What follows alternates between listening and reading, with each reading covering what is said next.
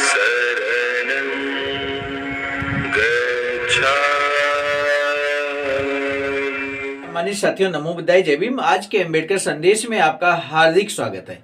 आज का अंबेडकर संदेश बेहद सारगर्भित होगा, लेकिन इन बिंदुओं पर हम विशेष फोकस करेंगे। वर्ग व्यवस्था क्यों टिक सकी, पहला प्रश्न। दूसरा प्रश्न, जाति व्यवस्था की जननी क्या है, कौन है। तीसरा प्रश्न, बौद्धों के बुद्धिवादी तर्क से वर्ण व्यवस्था ध्वस्त कैसे हो जाती है। ये कुछ ऐसे महत्वपूर्ण प्रश्न हैं जिनको लेकर आज का अंबेडकर संदेश बेहद महत्वपूर्ण होने वाला है, बेहद खास होने वाला है। इससे पहले कि आज के अंबेडकर संदेश में हम आगे बढ़े, आदरणीय अमित कुमार जी जो कि नियमित अंबेडकर संदेश को वाच कर रहे हैं, आदरणीय निरंजन भरोसे जी जो नियमित वाच कर रहे हैं, कई साथी नियमित वाच कर रहे हैं, लेकिन आदरणीय अमित कुमार जी बीच बीच में जो हमारे अंबेडकर संदेश में कमियां होती हैं उसको रेखांकित करते हैं। हम इसलिए आपका तहे दिल से साधुवाद व्यक्त करते हैं।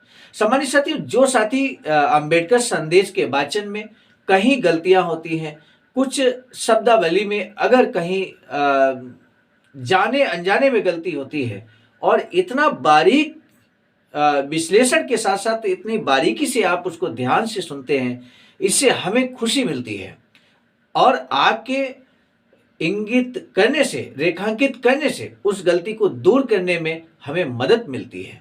तो सम्मानित साथियों, एक बार पुनः आपका साधुवाद व्यक्त करते हुए, खासकर आदरणीय अमित जी का साधुवाद व्यक्त करते हुए, आज के अंबेडकर संदेश को Buddha Bodhisattva Ambedkar international centre BBAIC Sarnath Varanasi राज्य उत्तर प्रदेश देश भारत के सौजन्य से आपकी सेवा में हम प्रस्तुत करेंगे बाबा साहब डॉक्टर अंबेडकर संपूर्ण वाङ्मय खंड 16 से 298 से लेकर 299 तक, पेज नंबर 298 से 299 तक, यानी कि बहुत ही सारगर्भित आज का अंबेडकर संदेश अब आपकी सेवा में प्रस्तुत कर रहे हैं। भाषण लिखते हैं कि श्री गांधी का जाति प्रथा के समर्थन को छोड़कर वर्ण व्यवस्था की वकालत करने से इस आरोप पर कोई अंतर नहीं पड़ता कि गांधीवाद लोकतंत्र के विरुद्ध है। बाबा साहब का विश्लेषण है कि गांधीवाद लोकतंत्र के विरुद्ध है। तब बाबा साहब लिखते हैं कि पहली बात तो यह है कि वर्ण व्यवस्था जाति व्यवस्था की जननी है। वर्ण व्यवस्था जाति व्यवस्था की जननी है। यदि जातिवाद का विचार हानिकारक है तो इसका मुख्य कारण वर्ण व्यवस्था द्वारा घोला गया जहर है। दोनों ही पैशाचिक है, चाहे कोई वर्ण में विश्वास करे अथवा जाति में। बौद्धों ने वर्ण व्यवस्था पर निर्दयता से प्रहार किया था।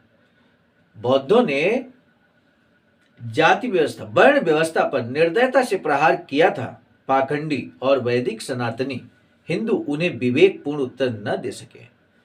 उनके पास केवल एक उत्तर था कि वर्ण व्यवस्था वेदों का आदेश है और जैसा कि वेद संशय से परे हैं, इसलिए वर्ण व्यवस्था वेद भगवान की वाणी होने के कारण मान्य है।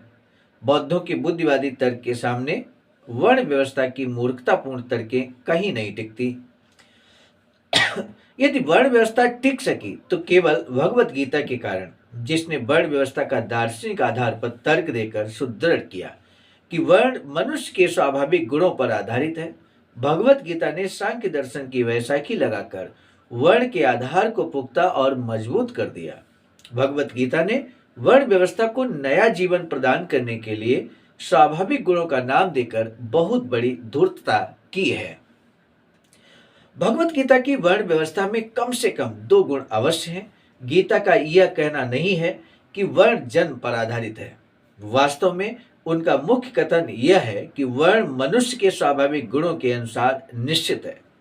गीता का यह कथन नहीं है कि बेटा वही व्यवसाय करेगा जो उसका बाप करता था।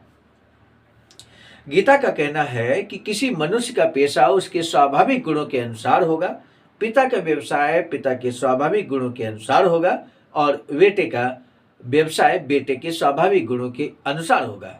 परंतु श्री गांधी ने वर्ण व्यवस्था को नई व्याख्या दी है। उन्होंने पुरानी मान्यता का रूप ही बदल दिया है।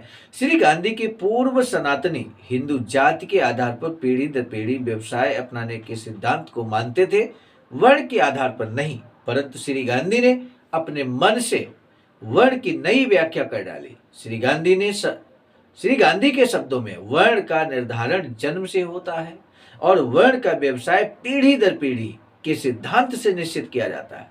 मनुष्य वर्ण उसके जन्म के पूर्व ही निर्धारित रहता है, इसलिए वर्ण ही जाति का दूसरा नाम है। इस प्रकार श्री गांधी द्वारा की गई व्याख्या में जाति को वर्ण में बदल देने से यह संकेत नहीं मिलता कि उससे किसी नई क्रांतिकारी विचारधारा को बढ़ावा मिला है। श्री गांधी का यह करिश्मा आरंभ से अंत तक शरारत से भरा हुआ है। श्री गांधी के पेट में दाढ़ी है, वे वामन अवतार के समान है। जो जातिवाद का धोखा न करते तो बित्ते भर के ही रह जाते। सामान्य साथी, यही बात यहाँ पर आज महत्वपूर्ण थी। आज के अम्बेडकर संदेश में इतना ही। प्रश्न हमारा ये है कि वर्ण व्यवस्था क्यों टिक सकी, पहला प्रश्न। दूसरा प्रश्न, जाति व्यवस्था की जननी कौन है? जाति व्यवस्था को जन्म देने वाली यानी कि जाति व्यवस्था की मां कौन है, ये आपको बताना है। आज के अम्बेडकर संदेश के ये महत्वपूर्ण प्रश्न है। किसी भी दो में से किसी भी प्रश्न का जवाब कमेंट सेक्शन में जरूर कीजिएगा। आज का अम्बेडकर संदेश सारगर्भित था। अंत तक आपने वॉच किया, सुना, इसके लिए आपका तहे दिल से साधुवाद। इस अम्बेडकर संदेश को जन जन तक पहुंचाने के लिए अपने स्तर से विशेष प्रयास जरूर कीजिए। इसी निवेदन के साथ कि यदि आपने अभी तक हमारे इस YouTube चैनल आवाज का ऑफिशियल को सब्सक्राइब नहीं किया है तो बेल आइकन के साथ जरूर सब्सक्राइब कर लीजिए। अब दीजिए इजाजत। आप सभी को सादर नमो बुद्धाय, जय भीम। सामान्य साथियों, हम एक महत्वपूर्ण बात बताना उचित समझते हैं। बाबा साहब की अधूरी इच्छा के अनुरूप एक वैचारिकी सेंटर निर्माणाधीन है सारनाथ वाराणसी में, जहां पर 14,000 स्क्वायर फीट जमीन परचेज कर ली गई है ring road green city Faridpur Sarnath में। वैचारिकी सेंटर के प्रशासनिक ब्लॉक का निर्माण कार्य कंप्लीट हो चुका है। शानदार बेहतरीन प्रशासनिक ब्लॉक का निर्माण पूर्ण हो चुका है। आगे अब मुख्य भवन को बनाने की बारी हम सबकी है और इस हेतु आप दिए गए अकाउंट नंबर पर अपना अमूल्य योगदान कर सकते हैं। आज का अम्बेडकर संदेश हम लेकर उपस्थित हुए थे मिशन नायक बुद्ध मित्र मुसाफिर सर, राष्ट्रीय अध्यक्ष आवाज का नई दिल्ली की प्रेरणा में, और साथ ही साथ संकलन कथाक्रम में परम आदरणीय विजय कुमार बौद्ध जी, प्रांतीय कोषाध्यक्ष आवाज का बिहार। प्रस्तुत कथाक्रम में मैं स्वयं सर्वजित आर्य, राष्ट्रीय मीडिया प्रभारी, IT सेल आवाज का नई दिल्ली। मिलेंगे नए डॉक्टर अम्बेडकर संदेश में, तब तक दीजिए इजाजत। आप सभी को सादर नमो बुद्धाय, जय। सामान्य साथियों, यदि आप हमारे इस चैनल आवाज का ऑफिशियल, जिस पर नियमित सुबह 5 बजे डॉक्टर अम्बेडकर संदेश आपको मिलता है, आप हमारे इस चैनल को सपोर्ट करना चाहते हैं तो हमारा आपसे निवेदन है कि आप हमारे इस चैनल को सब्सक्राइब कर लें, वीडियो को शेयर, लाइक, कमेंट जरूर करें।